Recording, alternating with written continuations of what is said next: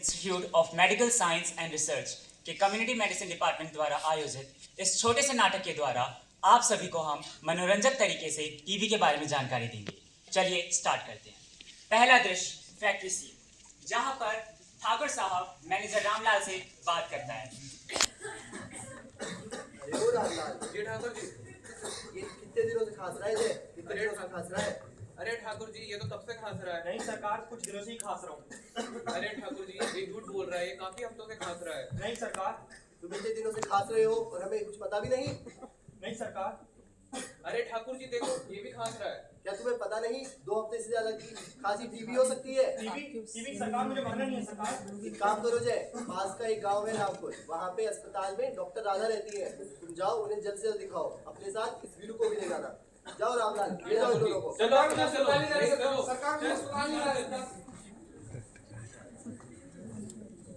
Manager Ramlal जय और वीरू को पीएससी रामपुर लेके जाता है।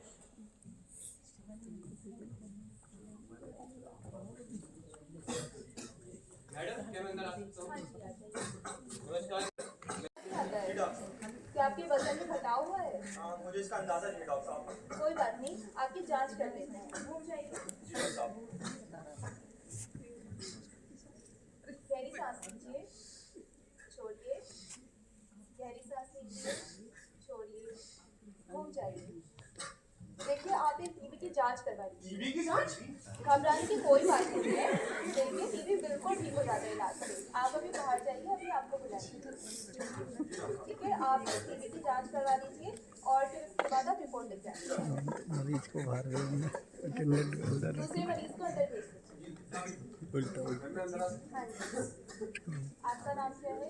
मेरा नाम वीरू है। आपको कब से खांसी है?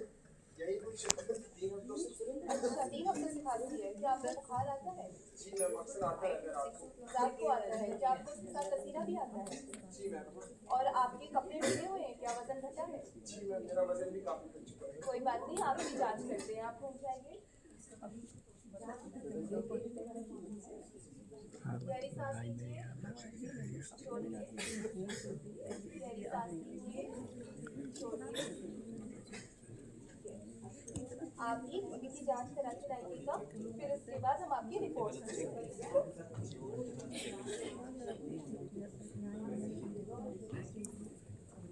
जय और वीरू अब अपनी टीबी की रिपोर्ट्स डॉक्टर राधा को दिखाने के लिए लाते हैं।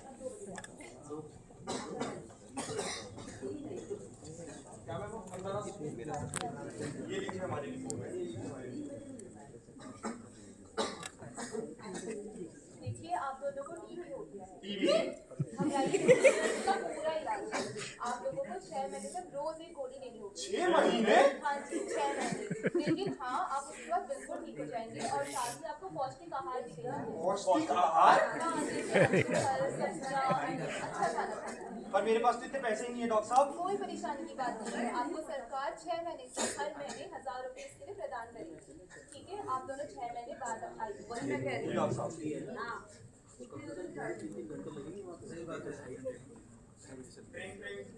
मालिक, जाएगा कॉल आ रहा है। हाँ बोलो जय। सरकार मुझे टीबी हो गया सरकार।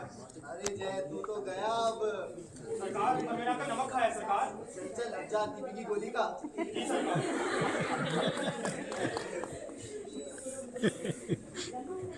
अब 6 महीने बाद का दृश्य, जय डॉक्टर राधा के पास फॉलो अप के लिए आता है। सीधा 6 महीने बाद। मैं अंदर आ सकता हूँ डॉक्टर साहब? हाँ जी। ये लीजिए मेरी रिपोर्ट। आपकी जांच कर घूम जाइए। गहरी सांस लीजिए, छोड़िए। गहरी सांस लीजिए, छोड़िए। घूम जाइए। बधाई हो, आपका टीबी बिल्कुल ठीक हो गया है। अब आपको दवाई लेने की कोई जरूरत नहीं। आला से ठीक हो गई। एक्सरे और बलगम की जांच करी। फैक्ट्री सीन, जहां पर ठाकुर साहब जय और वीरू के बारे में पूछताछ करते हैं। ठाकुर को हो गया बेटी ओ रामलाल, जी मालिक, बहुत दिनों से जय दिखाई नहीं दिया, कहाँ है वो? अरे मालिक आपको बताया तो था, उसे टीवी हो रखा है। जरा पता करो कहाँ पर है वो? अरे ओ जय जय उड़ गया वीरू मेरे को लग रहा है ऐसा है तू जय? जी सरकार, हमें टीवी से मुक्त हूँ सरकार। अच्छा बढ़िया है। तेरे साथ वीरू था ना, वो कहाँ पर है? वीरू वीरू का मुझे पता नहीं सरकार। चल तू ठीक हो गया ना? जी सरकार। चल जा, काम पे जा। जी सरकार।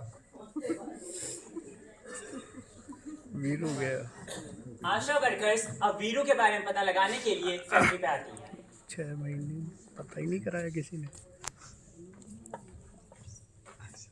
सुनिए, आप ही ठाकुर जी है ना? हाँ मैं ही ठाकुर हूँ। आप ही इस फैक्ट्री के मालिक है ना? हाँ मैं ही इस फैक्ट्री का मालिक हूँ। नमस्ते, मेरा नाम बसंती है और मैं एक आशा नमस्ते, मेरा नाम धन्नो है और मैं भी आशा जी हमें पूछना था कि वीरू यही काम करता है ना? हाँ वो यही काम करता है। क्या आप जरा उसे बुला सकते हैं? और वो बहुत दिनों से काम पर नहीं आया है। अच्छा, उसके घर पे भी ताला लगा हुआ है और 1 महीने से हम भी उसे ढूंढने की कोशिश कर रहे हैं। क्या कोई और है जो उसके बारे में कुछ बता सकता है? ओ रामलाल, तुझे बताएगा वीरू कहाँ है? नहीं मालिक, मेरे को तो कोई जानकारी नहीं है। उसके मैंने पापा उससे एक बार हैं। कॉल किया था, उसने उठाया ही नहीं। शायद रहीम चाचा को पता होगा। वो रहीम चाचा इधर आओ। रहीम। ये बताओ वीरू कहाँ पर है? वीरू तो अपने गांव गया हुआ है। गांव कौन सा गांव? उसका गांव था तारापुर गांव था उसका।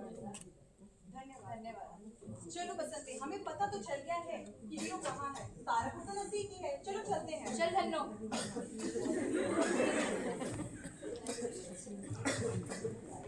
अरे आप वीरू है क्या? ये क्या हालत बना ली है आपने? बसंती से मास्क दो। ये लो वीरू, इसे लगा लो। तुम्हें पता है ना तुम्हें टीबी हुआ है। तुमने दवाई आधे में क्यों छोड़ दी? हमने तुम्हें फैक्ट्री में भी ढूंढा, तुम्हारे घर भी गए, तब पता चला तुम यहाँ पे हो। देखो वीरू, अभी भी समय है। समय से दवाई लोगे, डॉक्टर के पास जाओगे तो ठीक हो जाओगे। चलो इसको अस्पताल ले चलते हैं। आशा वर्कर्स अब वीरू को पीएससी ले जाती है।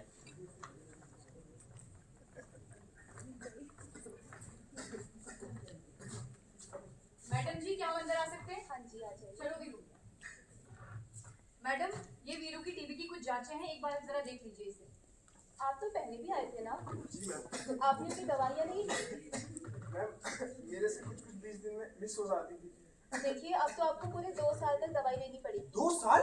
हाँ, आपकी वो 6 नहीं तो 6 महीने दवाई ली और वो बिल्कुल ठीक हो गया है। क्या वो मेरी वीरू को? 2 साल तक दवाई लेंगे, 2 साल तक? लेकिन इसके बाद ये पूरी तरह से ठीक हो जाएगी। चिंता मत कर वीरू, मैं तेरे साथ हूँ। चल जा, हम दोनों मिलकर टीवी बनाएंगे। चल। अब आप दोनों 2 साल तक दवाई लीजिए और फिर आइए। 2 साल उसको अब कौन सी डीआरटी भी हो गई। 2 साल बाद का दृश्य। वीरू डॉक्टर राधा के पास फॉलो अप के लिए आता है। ये दोस्ती नहीं छोड़ेंगे। क्या मैम हम अंदर आ सकते हाँ जी आ जाइए। हैं? ये लीजिए मेरी टीवी। आपकी जांच करें।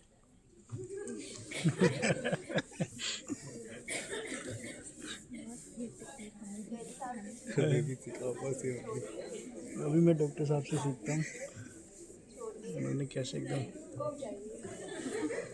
बधाई हो, आपका टीबी बिल्कुल ठीक हो ये गया। हालत से पता चल रहा है हमने कि टीवी को हरा दिया जे हमने टीवी को हरा दिया। अब मुझे दवाई तो नहीं चाहिए। जय ने 6 महीने और वीरू ने 2 साल तक लगातार दवाई लेकर टीबी को हरा दिया।